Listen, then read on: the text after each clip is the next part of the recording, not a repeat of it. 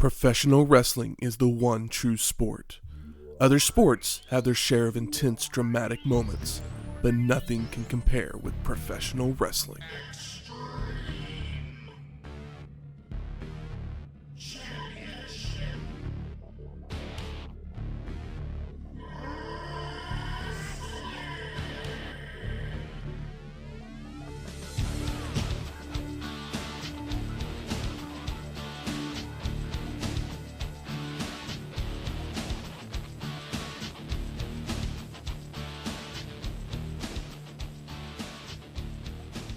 Welcome to Wrestling History X, where three friends come together to talk about the stories behind the matches. I'm Matt. And I'm here to inspect her gadget. Ooh. There's some ladies on the show. I don't know. Gertner said it. Yeah, I know. Welcome to episode 372, Heatwave 1999. No tagline, because ECW doesn't run like that. Nah. They're just hoping you show up. Yeah, there's a whole 30-minute section of this show, which is just the Dudley boys screaming taglines. Yeah. So, just pick one of those.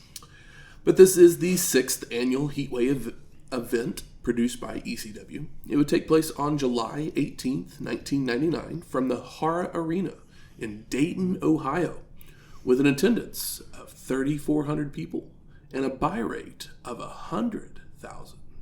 That's actually up from their last pay-per-view. Yeah, it's pretty good. I assume it's because they are probably getting on more television over time, even though they are losing the talents that kind of brought the eyes to them. Yeah. And how have they? I don't know if they've been to Dayton, Ohio before, but I imagine Dayton, Ohio's got a lot of wrestling. I believe watchers. This is where I know we've Heatwave been. 98 was at. Oh, well. was it? Okay. Yeah. Well, that makes sense too, because it's like, everybody tells their buddies. We saw this awesome show last year. Yeah. But we are in Dayton, Ohio. And we haven't done this in a while. But I went out there and found something very simple that is actually from Dayton, Ohio. Something that's simple, something that everybody's had, and something that everybody's heard of.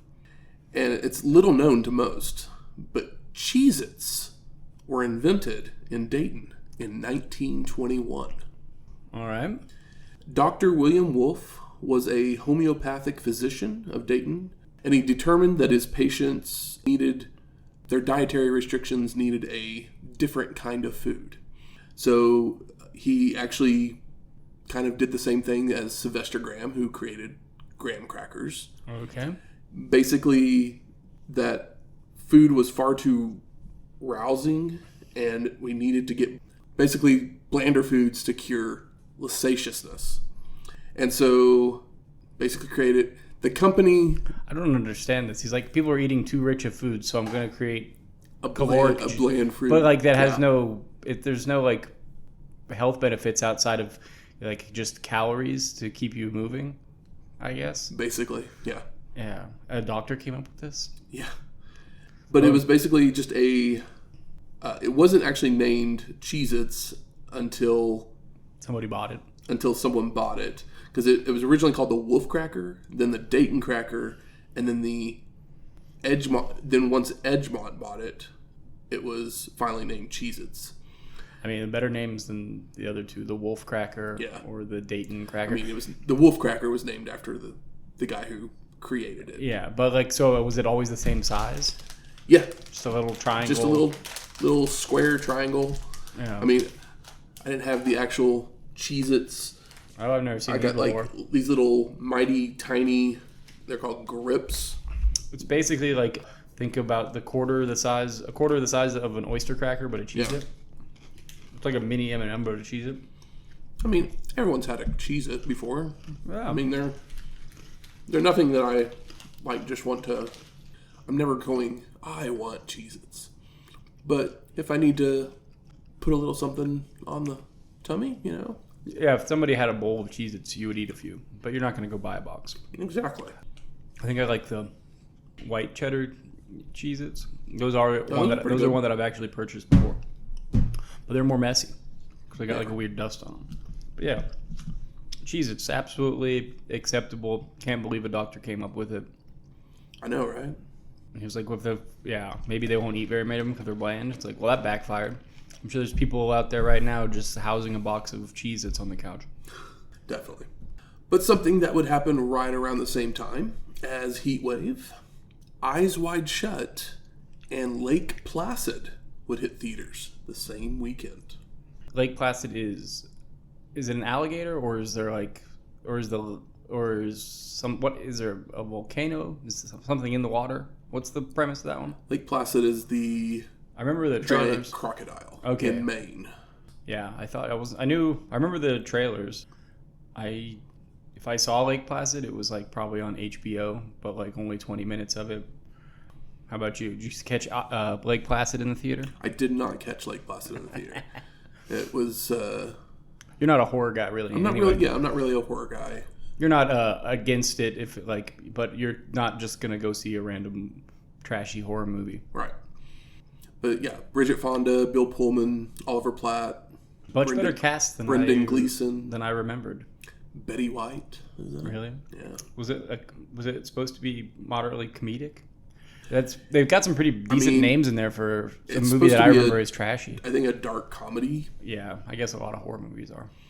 But actually, I'm just seeing the writer is David E. Kelly, who did big TV guy, The Practice, L.A. Law, Boston Public, Boston Legal. He probably was like, Ally McBeal. That's one of his bigger ones. That's weird. I assume that this was something that he just wrote a long time ago and it was just floating around, or maybe he just thought it would be fun to write a horror script, and because he's had a name from that much television, he had a better chance of it getting purchased.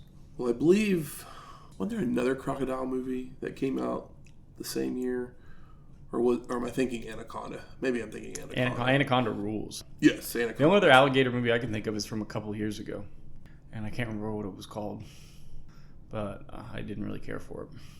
But I think it was like a flood hurricane situation, and some alligators started attacking people. But yeah, Eyes Wide Shut, great Christmas movie. Yeah. I mean, I love Eyes Wide Shut. I know that it was one of those that was kind of panned at the time, I feel like, and people love it now. I do remember, because I was pretty young when this came out, and I think it was it NC-17? I believe there are cuts out there that are NC-17, but I think they didn't release that to... Yeah, I remember that my grandma went to go see it, and she may have went and saw it by herself just because she liked movies, and it was the last Stanley Kubrick movie, and Stanley Kubrick was dead. But it's just funny to think, I watched it many years later, but that my grandma went and watched this movie because it's pretty wild. Yeah, the orgy scene is definitely... It's pretty tame like today, by today's standards, but like, I don't know, in 1999 it was a bit more salacious, I guess, because everything's kind of happening in the like periphery. They don't really like zoom in on any of like the sex acts in the party. No. It's just kind of more of the general creepiness and the secret society of it all. And nowadays, I'm sure there's plenty of essays and YouTube videos about how Stanley Kubrick was trying to air out Hollywood and the Epsteins of the world way beforehand, because there's always fun conspiracy theories about Stanley Kubrick movies. This was Kubrick's last film because he died literally 4 days after wrapping it, giving Warner Brothers the final cut. Yeah, the film. Yeah, he was dead before it came out. Wow, that's crazy. It's a good one. He didn't go out on like outside of his early films, it's just kind of up to personal preference on which Kubrick movies you think are the weakest, because the guy wasn't known for making poor films. It's just, what appeals to you the most, because they're all pretty different. Yeah, I've just found it was given an R rating as opposed to NC-17 after some scenes contain computer-generated people in the foreground, which obscures some of the more explicit sexual action in the orgy scene. Yeah. I was like, I feel like they would have gotten NC-17 with as much as they... Like, it's a wide shot, but you can still see what they're doing. Yeah, but you can also tell that they're not actually doing it because it feels very... it feels like almost like they're miming sex acts, but... I mean, I remember I rented this movie from... I didn't go see it in the theater. And somehow I got it past my parents to be able to watch it. But, I was 18 at the time, so, Yeah. What are they going to do, really? Yeah. But, and it's not like it's not a, like, horny titty movie. No. Like, it's the least sexy movie that involves sex. Like, absolutely. Like, there's nothing, like, really horny about it. It all feels pretty gross. Yeah, it's more of a... I mean, it's more of a character piece than that just... And it might be one of... Like, it's definitely not the Tom Cruise that I'm ever going to reach for when I want to watch Tom Cruise. But it's probably one of his more intellectually stimulating. Yeah, like, this is the era where he starts working with auteurs for a little while. He does, like, Collateral, which is a great performance, where he plays a scumbag in the Michael Mann movie. But yeah, this is before he decides to go full on, like, I work with one guy and we make Tom Cruise movies, like, that we all think of now. It's like your Mission Impossibles and your Top Guns. Yeah, your new Top Gun. But, like, it's like, oh, there becomes a brand and a formula for Tom Cruise movies. And I would love for him to, before he gets... I mean, I'd like to see him go away from the stunt thing and actually work with auteurs before he passes. Not that he's going to pass anytime soon. He has a new movie coming out by Alejandro Inarritu. Is that how you say his last name? I don't know. Called Digger, that comes out this year. What did that guy make? Inarritu, The Revenant, Babel, Birdman. Okay. So it's a different guy for Tom Cruise to work with. Absolutely, sure. Yeah. A guy that makes... Every one of his movies is different. He's not like... He doesn't have a thing. But it's definitely a movie that I'm looking forward to. It's called Digger. And Tom Cruise is the main character. Riz Ahmed's in it. Cool. Yeah, I mean, I'll check that out just to see Tom Cruise do something that's not a Mission Impossible movie. Yeah, absolutely. But yeah, Eyes Wide Shut, it's a great watch. I do think it's a good Christmas watch. Maybe not on Christmas, but in the month of December. Maybe not with the parents. No. Put it on, like, on one of the days you're at home before family stuff happens. And it looks great. It's crazy how much it looks like New York City, even though it's shot in London. Is it shot in London? Yeah, because Kubrick basically didn't leave London after. He hated flying, so he never left London. Yeah, it's a good psychological thriller. Some really great performances, especially was it Sidney Pollack?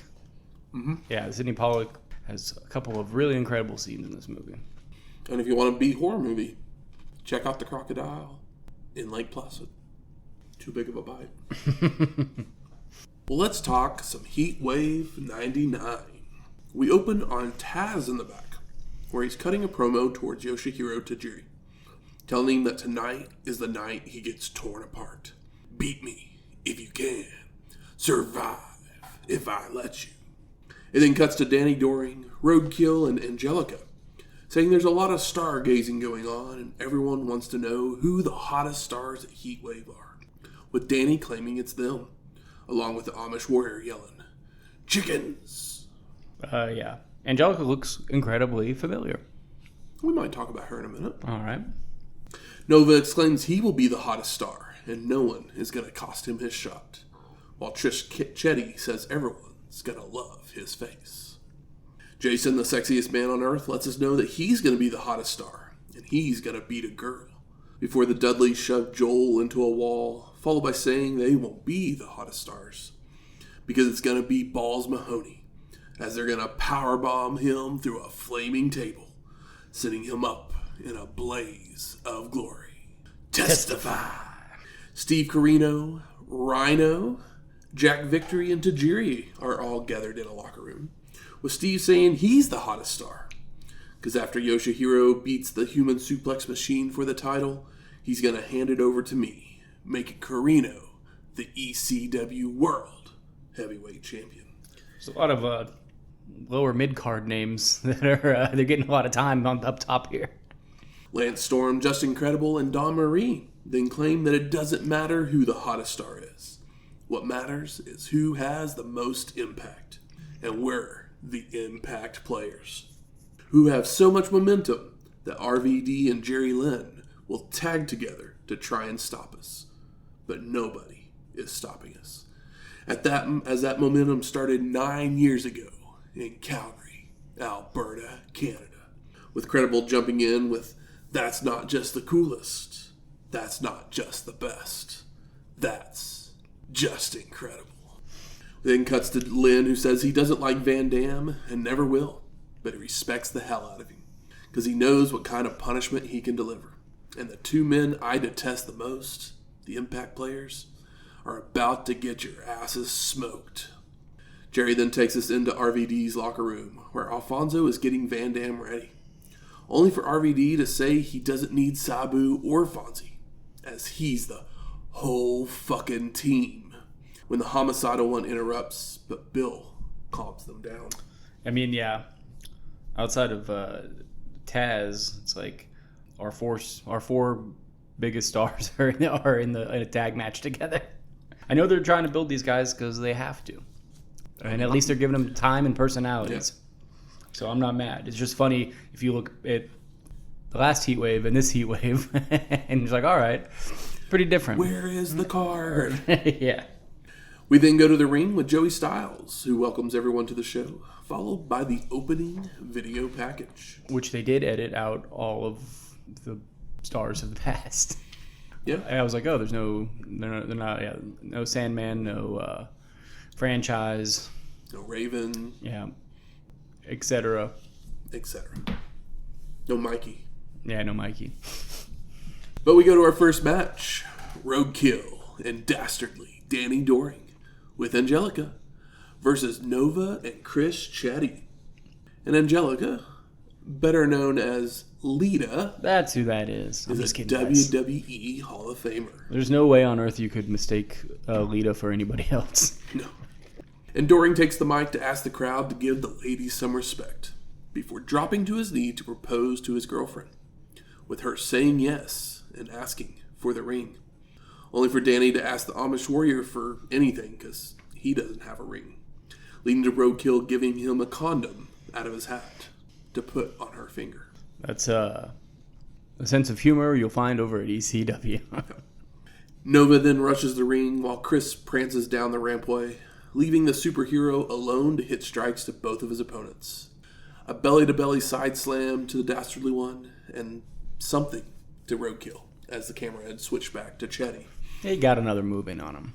Doring attacks Chetti on the ramp while inside, the Amish Warrior catches Nova when the Dastardly one runs back in to hit a heart attack. Roadkill then nails a whip-aided corner splash, followed by Doring delivering bareback, strikes, and a G-spot sweep, before the Amish Warrior springboards in with a leg drop for a 2 count. He then hits a side slam and a springboard elbow, followed by the Amish Warrior springboarding in with a leg drop for a 2 count and a side slam, before a springboard elbow by the Dastardly one. Nova counters a slam attempt into a spin doctor, bringing in Chetti for strikes and clotheslines to both of his opponents, an axe kick to Roadkill, and a power slam to Doring for an earfall. And Nova returns to catch the Dastardly one telegraphing his move, while also kicking the Amish Warrior, who was charging in with a double axe handle, to deliver a combo DDT stunner to both men for a 2 count. And everyone's brawling in corners when Roadkill and Doring double whip Nova toward his partner, only for him to monkey flip Chetti right into a double clothesline of their opponents. Nova slaps the figure 4 on the Amish Warrior, while the Dastardly one and Chris head to opposite corners to fly off with leg drops onto their respective opponents. Chetti then ducks a Doring clothesline to powerbombing, followed by a double springboard moonsault, and calls for some music because he wants to dance, even calling Angelica to dance with her. I mean, what's with all the dancing and wrestling at this point? At least they're not doing it in the Fed. Nova then confronts his partner about this foolishness when Angelica slaps Chris by mistake, so he picks her up to nail the Amityville Horror. And the Dastardly one attacks from behind with a double clothesline, throws a tantrum before setting up for a spike piledriver on Nova. But Chetti springboards in with a kick to the Amish Warrior, who's on the turnbuckles, while the superhero reverses Doring into a kryptonite crunch. And Chris also hits the Amityville Horror on Roadkill before both men head to the same turnbuckle to deliver a tidal wave for the pin and the win. I thought this was a very fun opening match. Yeah, I agree. They got to start. Like, the good thing about the card being, or the roster being thinned out, is that everybody is going to have their working boots on until the eventual disillusionment of ECW. But at the moment, they've got 3,400 people here. There's a decent buy rate. ECW's has slowly been climbing in popularity, even though there's no way it would ever reach the heights of either. But like for a indie promotion, it's still probably the biggest indie promotion we've seen in the U.S. Joey then sends us to a video package over events that happened earlier in the week. Taz has a mic in the ring with Tajiri, telling him that where he's from, we don't worry about being honest, giving Yoshihiro respect and offering him a shot at the title anytime. Steve Corino, Rhyno, and Jack Victory interrupt, with Steve claiming that the human suplex machine is afraid of him, that he will get choked out. Taz saying, if you want it, me and Tajiri versus you and whoever.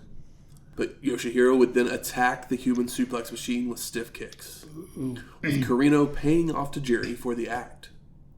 So it was a good setup for... Yeah, quick, simple setup, and it's an excuse to have Taz with a good opponent that we don't see, that's not going to be here full time, but has the name recognition and ability to have a high-end match with him. We then go to Joey, who shills for the merch catalog and their upcoming dates, including the first TNN taping. I know they keep calling it the Nashville Network instead of TNN. I'm like, why don't you say TNN? Well, it was just the Nashville Network. I know, but like it says TNN in the corner on every cable channel. Yeah. And also the upcoming pay-per-view Anarchy Rules. And spoiler alert, we're going to cover both of those. Yeah, we got to cover their first cable show. Joey then shows us the ECWWrestling.com crew getting prepared for the show earlier in the evening. Have they had an ECW.com crew before? That's the first time they've ever shown it? Yeah, so probably not. Everybody's got to have a .com crew. I mean, they're probably selling more merch than they did in the past. So they got to actually have people actually doing some work instead of just Tommy Dreamer showing up on Tuesdays to fulfill all the orders. Yeah, to pack up T-shirts. But we go to our second match, Jason versus Jazz. Yeah. So they get nose to nose with Jason going in for a kiss. So he chops and clotheslines him to no effect before going for a crossbody, with the sexiest man on earth catching, spanking, and slamming her down. Jason then attempts a pump splash, but Jazz avoids and takes down the sexiest man on earth with a drop toe hold, a scoop slam, and a second rope crossbody for a 2 count.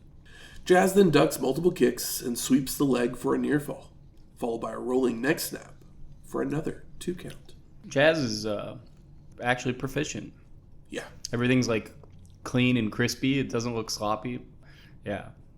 I was like, oh, damn. I wasn't expecting it to be as physical. And Jason nails chops, several drop kicks, and a second rope elbow drop for a near fall before going for a clothesline, which Jazz ducks and takes down her opponent with a crucifix for a 2 count. Get him. The sexiest man on earth hits a leg sweep, chops, elbow and leg drops, all for a near fall, followed by a whip to the ropes, only for Jazz to cartwheel out of the way and begin kicking and chopping Jason, before a snap suplex and a Samoan drop for a 2 count. Headbutt to the gut, and she heads outside to throw a pair of chairs into the ring, placing one over the groin of the sexiest man on earth, followed by hitting it with the other. And he makes it to his feet for a kick, but she catches it, only for him to counter into an enziguri, leaving both competitors down. And Jason's up first, and he lays the chair in the middle of the ring, picking up his opponent for a powerbomb.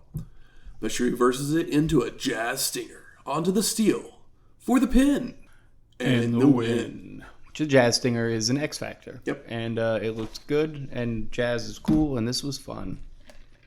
Hope we see more of her. Yeah, it was one of those things where I was like, oh, we need to fill out this card. Let's use Jason. How do we use Jason? We get him to wrestle a girl. Luckily, they got the right girl to do it. Well, I mean, these two had been the entourage for Credible recently, and they had some kind of falling out. We weren't told. I couldn't find the exact.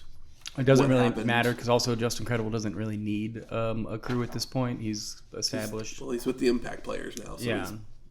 Well protected. Yeah. Joey is then interrupted by Cyrus the Virus. And Styles says he's not on the format. So Cyrus just writes his name on a piece of paper, telling Joey that Paul wanted him to come up there to give him the rub. With Styles responding that the Virus isn't rubbing anything. His wife is there.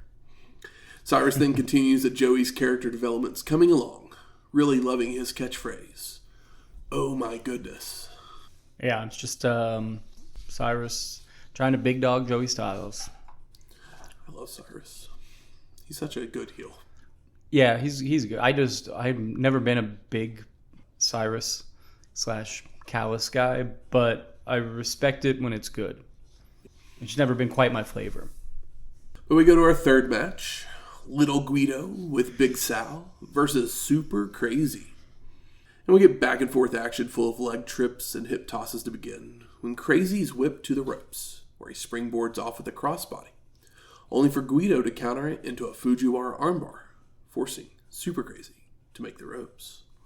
Little Guido then backdrops his opponent to the apron, where Crazy hotshots Guido, followed by a springboard moonsault for a 2 count and a cobrado, which Little Guido avoids and delivers a swinging neckbreaker for a near fall. A reversed whip leads to Super Crazy nailing a corner clothesline, a conteo de Diaz de golpes montados, and stomps. What's that move look like? It's a 10 count of mounted punches. Oh, okay. But they counted in Spanish. All right, so you did a little bit of homework. I was like, I don't know. That seems like a little long for a move name. No, that's a good bit. Before another reversed whip with Guido hitting a back elbow and mounted punches of his own, until Crazy counters into a powerbomb for a 2 count. Super Crazy goes to run the ropes when Big Sal would grab his boot, allowing Little Guido to charge in, only for Crazy to backdrop his opponent out to the concrete. And they fight into the crowd where Super Crazy delivers a moonsault off of a balcony, but Guido crawls his way back to the ring to continue the match, attacking from behind as Sal has Crazy distracted with a neckbreaker for a near fall. And Super Crazy sent to the ropes, bouncing back to hit a tilt-a-whirl head scissors and a springboard spinning heel kick for a 2 count, followed by going for another springboard move, only for Little Guido to get his boots up to the chin.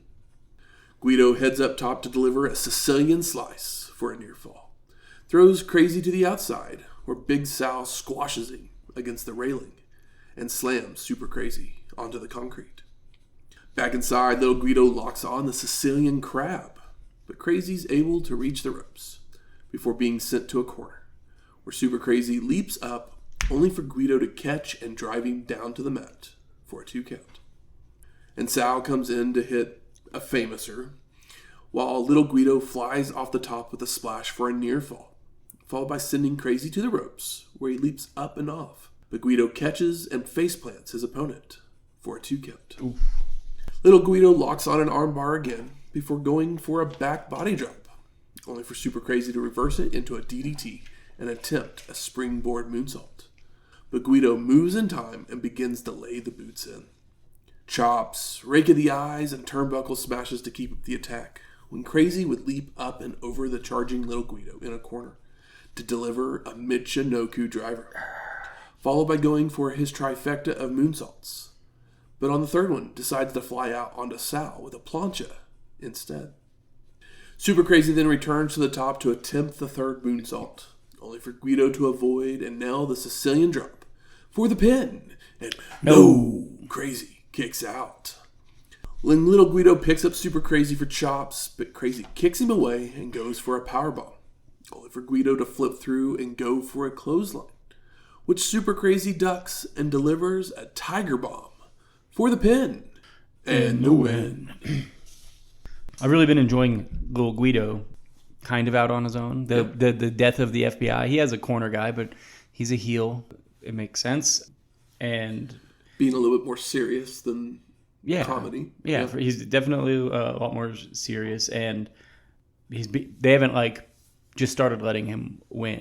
It's like, oh, he needs to prove himself and have good matches with good wrestlers before we can turn him or whatever. And like super crazy. I don't know how like little Guido works for ECW. Mm-hmm. Super crazy. I don't know that this is his home turf.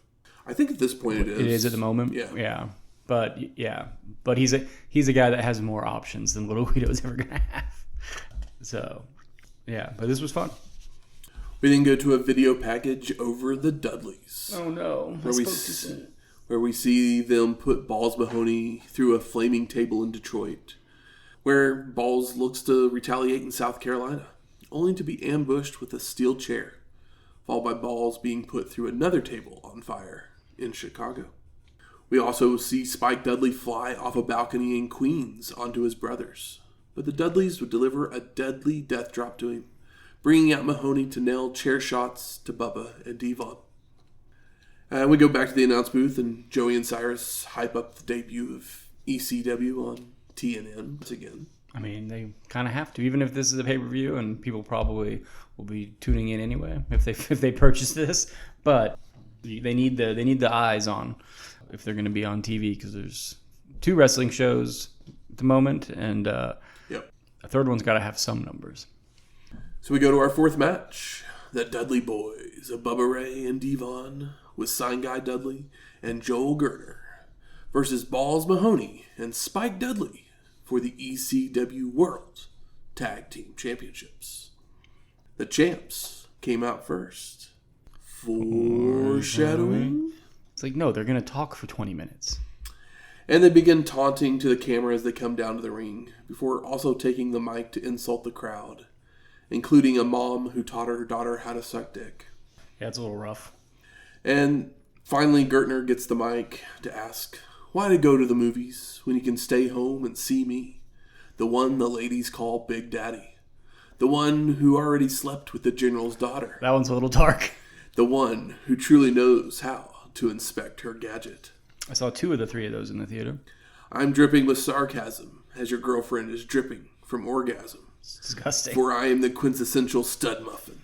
The goodness, gracious, great balls of fire. Goddamn handsome man. Joel, whether the ladies are home or here in Dayton, they're watching me and masturbating. Gertner. This might be the most foul of the ones we've seen. I mean, this entire, Bubba yelling at the crowd, they went hard. Yeah, they really did. To make sure they got heat. And, I mean, it worked. Right. Yeah. They're hateable no matter what, in my opinion. But I can imagine that if you already weren't a fan, you got something to boo now. Yeah. Joel finishes up by introducing the rest of the clan when their opponents make their way out, with Balls saying it's gonna be a street fight, and that no falls will count anywhere. Oh, really? I couldn't tell when I saw all 4 names in the match. And the teams begin brawling when Bubba Gorilla press slams Spike onto the ramp, only to then receive jabs from Mahoney. And Bubba Ray ducks a chair shot from Balls, picking up the weapon to use himself, followed by taking it out to the ramp to whack his little brother as well. But Spike avoids and nails an acid drop on the ramp. Balls is ran into the railing by Devon, while the littlest Dudley runs the length of the entranceway, only to be back body dropped into the ring by Bubba. Devon has Sign Guy tossing the ring bell to smash over the head of Spike, which busts him open, followed by a leaping back elbow, while Mahoney and Bubba Ray brawl on the outside. Devon runs into a boot in a corner, allowing Spike to jump on his shoulders for a head scissors that takes them both to the outside, as their partners make their way inside to trade strikes, when Bubba is handed a street sign to hit Balls with. Devon's ran into the ring post Posted by Spike when Bubba Ray throws the sign, clocking the youngest Dudley in the head before taking a cheese grater to the head of Mahoney to bust him open. Pretty gross stuff. And Balls rallies with a super kick and grabs the weapon to grate the forehead of Bubba, while Spike and Devon have brawled out into the crowd, when Mahoney and Bubba Ray join them in the same area. And Spike then makes his way up to a balcony, diving off onto everybody, followed by Balls dragging Devon back to the ring. And these guys aren't, they're full Crimson Mask. Yes. Like the cheese grater, you normally like press it into the head. I'm sure that he didn't actually do it, but there's moments where he's like, looks like he's just like, slashing it across his forehead. This might be some of the more violent or like grotesque violent spots we've seen in ECW. So we've seen cheese graters and we've seen so much plunder, but we got some elbow grease in on this one. And the two trade strikes when a reversed whip leads to a super kick from Balls to Devon, while Bubba and Spike have made it back as well, with the littlest Dudley being slammed down, allowing Bubba Ray to climb to the top. But a low blow puts the challengers in complete control with mounted punches to both Dudleys, only for the champs to nail stereo sit-out powerbombs. Boo. And the Dudleys hammer away with right hands, turnbuckle smashes, rake of the eyes, and leaping shoulder blocks, when the challengers avoid clotheslines to hit stereo neckbreakers for a 2 count. Spike with an acid drop to Devon, Balls with a spine buster to Bubba, all for near falls, before ducking more clotheslines from the Dudleys to deliver an acid drop to Bubba Ray and a nutcracker sweep to Devon for the pin. And no, Sign Guy pulls the ref out of the ring. The challengers hit a double noggin knocker to Gertner and Sign Guy, which allows the Dudleys to recover and attempt a 3D to their younger brother, only for Mahoney and Spike to counter it into roll-ups for the pin and the win. And no! I did not expect the double roll-up Flash double roll-up win. Right. But hey, anything to get the belts off the Dudley brothers. Post-match, the Dudleys are pissed, hitting both men with deadly death drops, followed by putting Spike through a flaming table. When the music hits and the X's go up, bringing New Jack out with a shopping cart full of weapons. And we haven't seen Jack since Living Dangerously 99, episode 353. Like, Jack, we need a pop in the middle of the show. New Jack lays out the Dudleys with plunder before placing a pan over Bubba Ray's balls and hitting it with a vacuum. I was hoping that he would put it on suck. Followed by celebrating with the new champs. Yeah, it's funny to see New Jack give props to anybody. I mean, Spike kind of just did his move, jumping off the balcony, so... Yeah, but I'm pretty sure that New Jack regrets every one of those jumps. Probably. I believe he said that. It's like, the first time he did it, it was like... because he's missed them all. Yeah, well, the first time he did it, it was like $50 or something. Like, Paul just wanted something cool to happen, and it just kept getting higher and higher, and the money didn't really go up, and then, you know, he got that, like, brain fluid leak. Yeah. And I think he might be blind in an eye. I don't know. I don't remember all the details, but yeah, I'm pretty sure he's like, if Spike wants to do it instead of me, he can go right ahead. They can definitely catch him. Yeah. New Jack weighs 2 spikes. Joey and Cyrus then banter about what just happened, when Styles decides it's time to pay some bills. So they hype up the merch catalog and go over the dates once again. Tommy Dreamer, along with Francine, then makes his way to the ring unexpectedly, taking the mic to give an impassioned speech about ECW and how proud he is of everyone, talking about the TV deal with TNN and how great it is for the company. And Tommy continues by running down the WWF and WCW, but he doesn't blame the wrestlers, before getting tearful as he needs to make another announcement, when Steve Corino and crew come out. And Steve runs down the highlights of Dreamer's career, only to spill the beans on the announcement. Tommy has to have back surgery and will not wrestle ever again, asking if it was all worth it, followed by saying Dreamer should just do the job and pass the torch, but that he'll hook the leg because he respects their veteran. Corino then attacks Tommy, hammering away to no effect, when Dreamer lays out Steve with a right hand, chops, and turnbuckle smashes, knocking him down in a corner, which allows Francine to charge in with a Bronco Buster and a DDT to Corino, making the cover for the pin and the win. Because this was a match, right? No. But just to rub it in. Yeah. As Tommy and Francine celebrate, Tajiri sneaks in to deliver stiff kicks to both of them, followed by Jack Victory and Rhyno joining the attack by holding Francine, forcing her to watch Yoshihiro lock in the tarantula on Dreamer. When the music of the world champ hits, leading us to our fifth match. I found this a little confusing. I was like, oh, I guess we're doing this now. Tajiri with Steve Corino, Rhyno, and Jack Victory versus Taz for the ECW World Heavyweight Championship. And the Human Suplex Machine kicks his opponent to force him to release the hold on Tommy before stomps and right hands inside the ring, only for Tajiri to fight back with a handspring back elbow and a spinning heel kick that knocks the champ to the floor.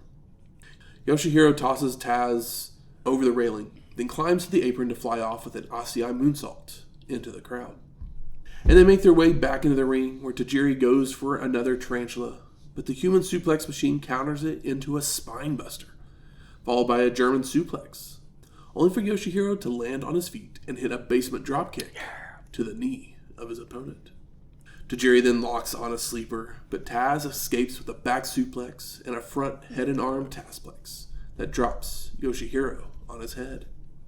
The Human Suplex Machine is then caught by an enziguri that allows Tajiri to rally with some more stiff kicks to the head before heading up top, only for Taz to hit the ropes, causing Yoshihiro to crotch himself, followed by the Human Suplex Machine climbing up to nail a super overhead belly to belly. Mule kick, low blow, and more kicks to the head by Tajiri for a near fall, before chops and a reversed whip lead to Yoshihiro leaping to the apron, where the two battle momentarily, with Tajiri winning and heading up top, but Taz charges in to push him off into Corino, who was standing on the ramp. And the Human Suplex Machine heads to the outside as well, kicking Victory out of his wheelchair, followed by throwing the apparatus at him. Yeah, the wheelchair toss was a surprise. Yoshihiro is then recovered and attacks from behind on the ramp, going for a Hurricanrana, but Taz counters it into a powerbomb on the elevated surface. Rhyno sets up a table against the ropes, while the Human Suplex Machine provokes Tajiri to deliver kicks, catching him on the third one to nail a front head and leg capture Tazplex through the table. Nasty.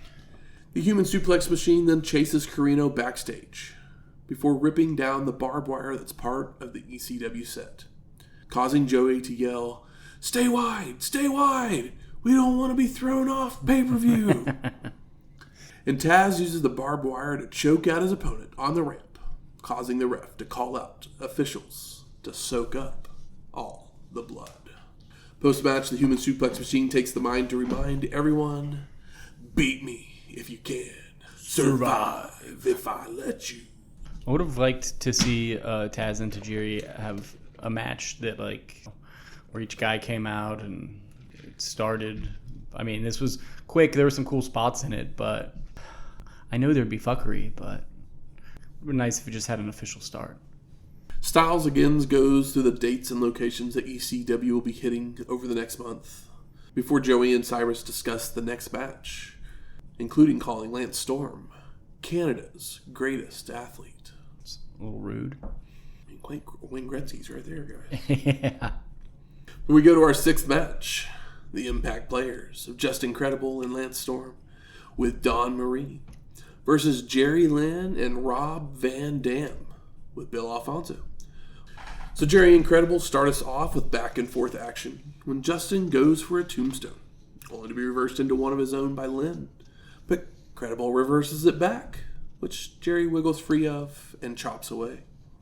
A reverse whip and a telegraphed move by Justin leads to Lynn attempting the cradle piledriver, only for Credible to counter it into a back body drop and an elbow drop that misses, allowing Jerry to answer back with a bulldog before a dropkick to Storm to send him to the floor, followed by catching Justin going for a dropkick to catapult his opponent over the ropes onto his partner.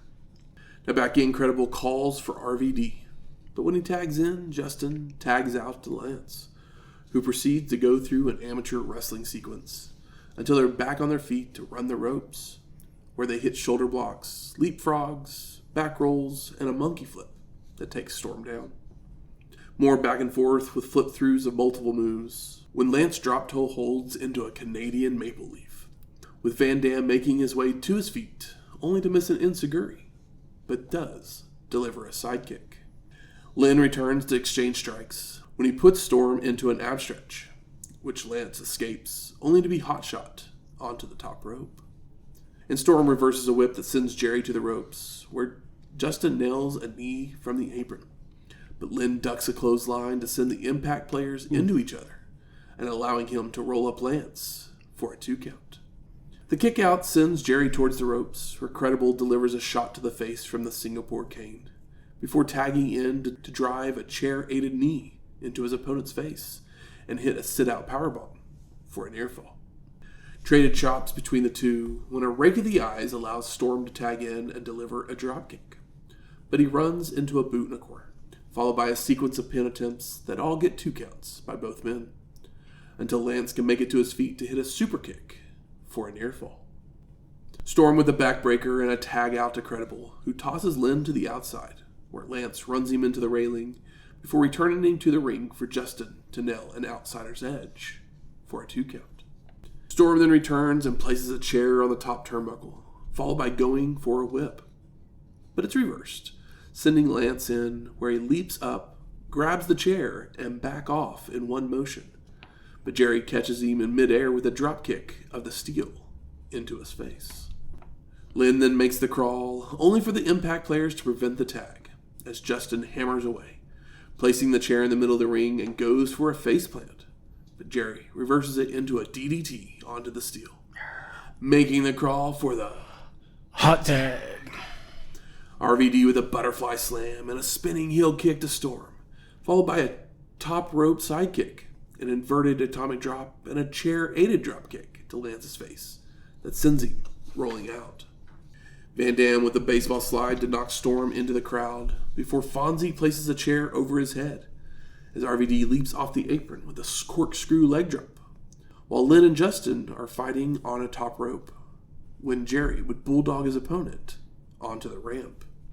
Lance is tossed into the guardrail, but he ducks a Van Dam crossbody, causing the first 3 rows to be wiped out, only to hotshot Storm on the steel and springboard off the railing with a senton. Jerry and Credible are still fighting on the rampway when Justin floats through a suplex attempt to drop his opponent with an inverted DDT, while RVD and Lance have made their way back into the ring with leg drops being hit, but Justin breaks up the pin attempt. Fonzie then bridges the apron and railing with a table as Van Dam takes Storm to the top, only for Lance to knock RVD down and fly off with a spinning heel kick for a near fall. And Van Dam ducks a heel kick and hits one of his own, followed by a rolling thunder onto a chair that was set up for a 2 count. Credible attacks RVD when a hard reversed whip sends Justin over the ropes and crashing to the floor, where Alfonso would get him placed on the table, while Lance sets up a chair. But Van Dam reverses a whip to drop toe hold Storm into the steel. Sabu then runs out and delivers a triple jump splash onto Credible, sending them through the table, while Lance is recovered to use the chair on Lynn and make a cover, only for RVD to fly off with a splash. But Storm moves in time, causing Jerry to take the blow, bringing Lance back in to make the cover once more for the pin, and no, Lynn kicks out. Van Dam then tosses the chair to Storm to hit a Van Daminator, followed by Jerry nailing the cradle piledriver for the pin and the win. Post-match, RVD and Lynn are arguing momentarily, with Jerry flipping off his partner and begins to walk away, when Van Dam would turn to confront Sabu, who shoves him right into Lynn. And all 3 men just begin throwing haymakers, brawling it until officials can come down to break it up. So I think we have an idea of what the main event of our next pay-per-view might be. Might be a triple threat. We then get highlights from the evening as Joey says his goodbyes before getting an ad for the next pay-per-view. Anarchy rules. As we fade to black. So I ask you, Michael, what are your overall thoughts of Heatwave 1999? It's a good show kind of hard to care about anything because we've seen all these guys before, but they are getting pushed harder and asked to step up. I think everybody did as far as the matches go.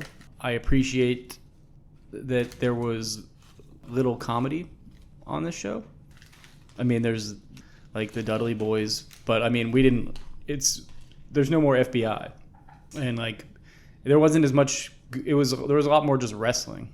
I mean, there's only a couple comedy spots on the entire show. Yeah. And it was noticed from me as somebody who doesn't always love that. But, they're basically in a rebuild. And I think they put on a solid show and everybody stepped up. I wouldn't say that this is a must-watch ECW show, but it is probably one that doesn't get as much praise as some of the more famous ones. But we've seen so much worse. Like, this is a solid wrestling show. This would have been fun to go to. My piss break would have been the Dudley brothers. I still would have saw the flaming table. Yeah, I don't think anything is fantastic on the show. But nothing's garbage. But everything is solid. Yeah. I would recommend this show to someone who wants to watch a good wrestling show. I think every match on this show is solid. Yeah, I agree. Like, if you can somehow fast forward through the Dudleys 20 minutes. Maybe you're a Dudley guy. I mean, that was really the only lull in the show for me. Same. I at one point I just had to start hitting fast forward until Gertner got up there and I was like, all right, I'll hear what he has to say. Just because you kind of have to hear what Gertner has to say, but I know what the other guys are going to say. Yeah. And it takes so fucking long. Absolutely. Good. Where's the smart marks at? All right, fuck you. I think it's time we smark it up. So what are some of the best moments of this show? I really liked there was a when Tajiri and Taz actually, because that was really short. It felt rushed, but when they were at the height of going at it one-on-one, there was some really fun, just brutal kick spots that Tajiri did that got my blood flowing. I appreciated that quite a bit. I really enjoyed the athleticism of Jazz, which I was, I guess that could also be part of surprising later, but your main event, it's like those are the best four wrestlers in the company. Yeah. And they all got their time. Nobody hogged it. Yeah, everybody walks away looking good. Like, yeah, it was well formatted, and it wasn't for a belt or anything. No. So, yeah. They did every move under the sun, and it didn't feel like a spot fest. It still felt pretty natural. Yeah, I mean, those opening sequences between, at first, was it Credible and Lynn, and then Storm and RVD tag in, and they do an entire sequence as well. Like, both sequences were just like, and they were different because they do the mat catch stuff for, I think it was RVD and Lance. And I was like, oh, nice. They didn't both go out there and do the same thing because they're all have their strengths, but they're all kind of equally capable of, like, they're all have their strengths, but they're all equally great at each one of their strengths. And it's not like they can just do one thing. I really liked the opener. It was probably my second favorite match of the show. I did too. I did not expect to because Nova, Doring, Chris Chetti. Nova is very, very good. Yeah. He just has a horrible look. Yeah, he hadn't had a good look at all. Ever. Yeah. But, like, some of the stuff that dude comes up with is just incredible. It's no pun intended. Yeah, it's clever. Yeah. And Amish Roadkill. Way better than I expected. Way better. Because when he did a Famouser, I was like, what is this fat guy doing a Famouser? No, that was Big Sal. Oh, that was Big Sal. Sorry. Roadkill was doing the, like, springboard leg drops, and I was like, how that big boy did a springboard leg drop. Yeah. That's crazy. Like, the only issue with that first match, like, that first match probably would have been my favorite if it wasn't Chetty's first time doing this new gimmick that he's doing of basically loving himself. And then they did the dancing thing in the middle of the match. Yeah. Because, like, it's this incredible match, and then all of a sudden we have this comedy moment. Where it's just like... thrown in the middle. Yeah. And it was just like, oh. Comes to a complete halt. Yeah. It'd also be one thing if, like, he started it, but it got cut off before he even, like, got going. But they're trying to get it over, so they're going to let it happen. But at least they're trying. Yeah. I agree. Jason and Jazz, that was a super fun match. Like, Jazz looked super competent. Ups to Jason for selling, like, crap for her. Like, I mean, he knows his character, but it's one of those things where it's like he can play that character and still choose to do the wrong thing and be a dickhead. Little Guido and Super Crazy was fun. Like, both those guys have really impressed me over the last few months. Yeah, for sure. Matches. Nobody felt like they did too much, but they did everything well, which is nice because that's kind of sometimes where ECW can fall apart, is when you have guys that are better than other guys and they're like kind of dragging them into things that they're not able to make look good. And like Super Crazy didn't do that for Little Guido. They like kept it on Little Guido's level, but everybody walks out still looking good. You know, wrestling. Absolutely. I'm going to be honest, I think this might be one of my favorite Dudley Boy matches. Like, once you get past them, the opening. No, I thought it was once good. The bell rings. Yeah. Like, I think the match itself was very good. I agree.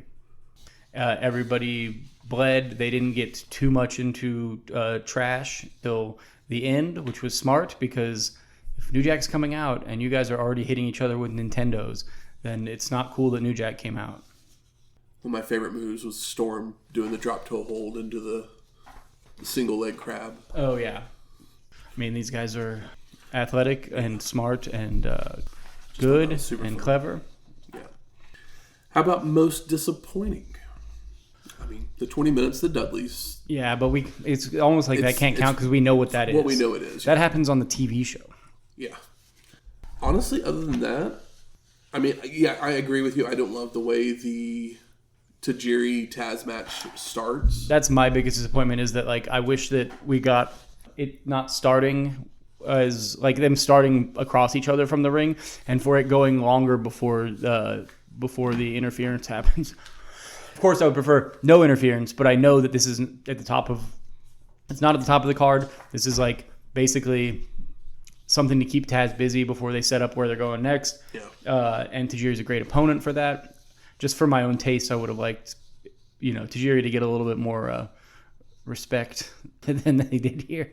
Not that he gives a shit, but I just would have liked to see the match build instead of starting at 100 miles an hour.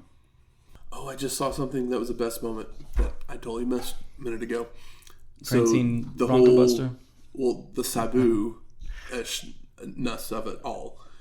So, kind of the storyline was that Justin didn't want to face RVD. Yeah. That was kind of the storyline in that match. And so literally every time RVD came in, Credible would go away. Yeah. Like, he would tag out, whatever. And then for Sabu to be the one that comes out and puts Credible through the table instead of RVD doing it, takes away that moment as well. So RVD and Credible still have not had their moment, basically. Yeah, and it also prolongs it further because I imagine Sabu's mad at RVD for tagging with Lynn. That was kind of, yeah.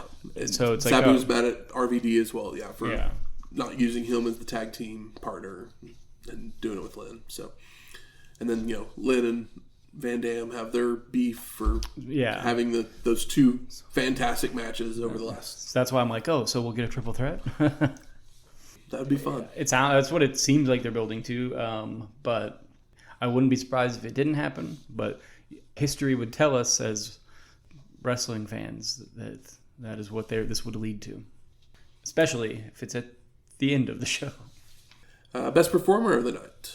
That's tough because I don't think anybody did poorly. Yeah. Everybody had their working boots on. I almost kind of want to give it to Nova. Nova just had some incredible, innovative things that he was doing, and I mean even Roadkill super impressed me. It's tough because like nobody did bad, and like Yeah. the 4 best wrestlers are in the last match, and it's like, well, how do you pick one over the other? It's like you could, but they kind of all did it together. I mean, is the worst match actually Taz versus Tajiri on this show?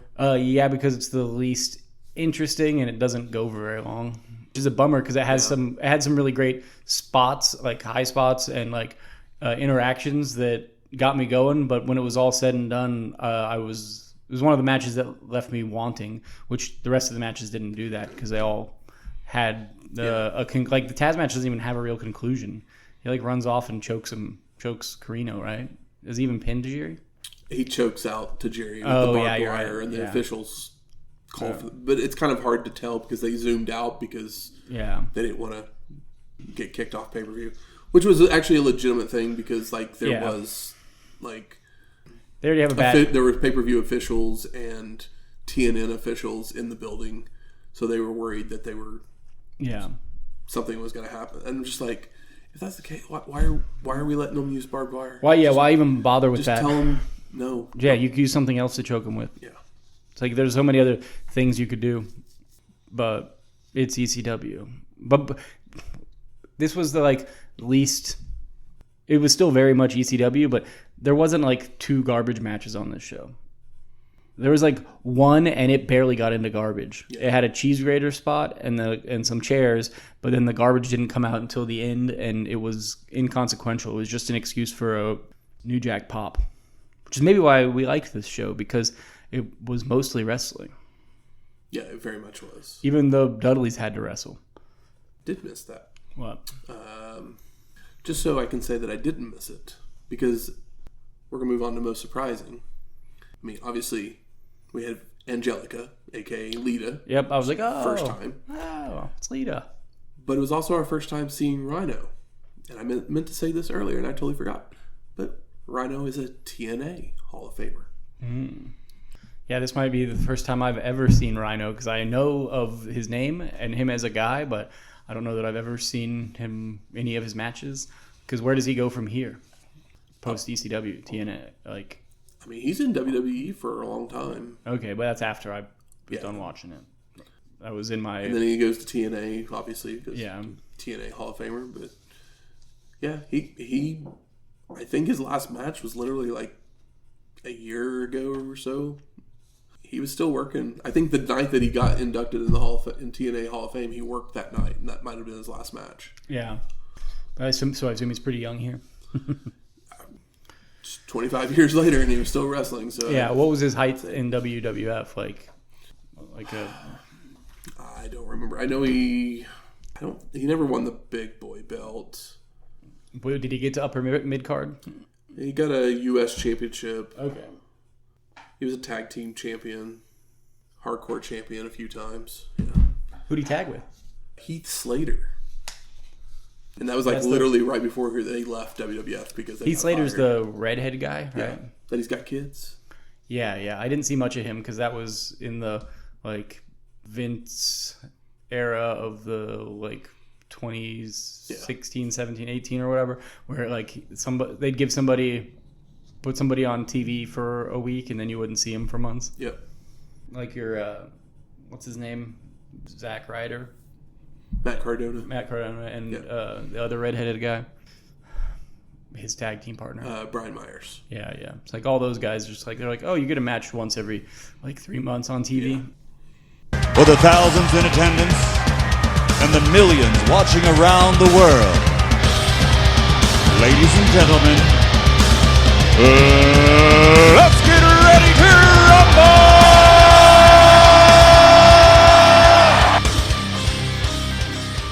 Turn the lights down, turn the projector on, because we're ready to rumble. This week's film is Swing Out the Blues, released December 23rd, 1943 by Columbia Pictures. Directed by Malcolm St. Clair and written by Dorcas Cochran and Doris Malloy. Starring Bob Hames, Lynn Merrick, and Janice Carter. The plot of this film is the host of a What's Your Problem radio hour tries to smooth the romantic path of singer Rich Cleveland and his socialite wife, Penelope. The fly in the ointment is Dina Marshall, who has set her sights on the handsome rich. Some trivia for this one. The Vagabonds, a comedy skit trio, make an appearance. And in the guise of a home movie, there is an entire silent film within the film. And some reviews and ratings of this. IMDb has it at a 7.6. Letterboxd at a 2.5. And I found this review on Letterboxd by Mike Trout from 2022. Several pleasant song moments, but nothing special here, but pleasant and fast-moving. And my review is you get uppity parental figures. Love at first sight, misunderstandings, love triangles, and some decent music in this romantic comedy. Mahoney just trips his way into relationships with two of the more beautiful starlets, Lynn and Janice Carter, I've seen in these older films. The Vagabonds provide comedy as the sidekicks to Cleveland, getting into different situations to bring out the laughs. And the wrestler of the film is Tor Johnson, which this is our 8th time seeing him. He plays a weightlifter, and he's one of the neighbors to the group in their building. And it just so happens that the Vagabond's apartment is the only way to the roof, so everybody trounces through it. That sounds like a nightmare. Yeah. I give the movie a 3.0 and a wrestler performance of 3.0. Everybody did their job. It was good. It was fine.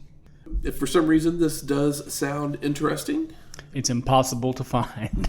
It is very impossible to find. I actually had to buy the DVD off of a eBay, or it was either eBay or a seller online somewhere.